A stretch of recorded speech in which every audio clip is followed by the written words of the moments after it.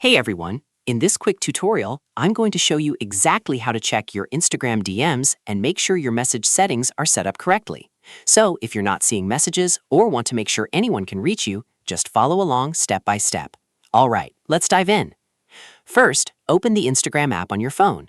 From the home screen, tap your profile icon in the bottom right corner. Once you're on your profile, tap the three horizontal lines in the top right corner to open Settings and Activity. Now, scroll down until you find the How Others Can Interact With You section, then tap Messages and Story Replies. Next, under How People Can Reach You, tap Message Requests. At the top, you will find the Connected Tools section and make sure Allow Access to Messages is turned on. If this option is off, people won't be able to send you messages through Connected Tools. Now, look for the Who Can See Your Message Requests section. If it's set to No One, change it to Everyone. This allows people who aren't following you to send you message requests.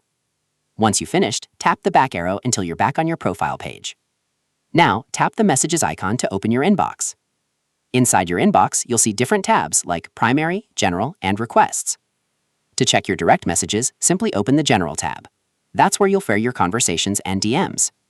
You can also check the Requests tab to see messages from people you haven't connected with yet.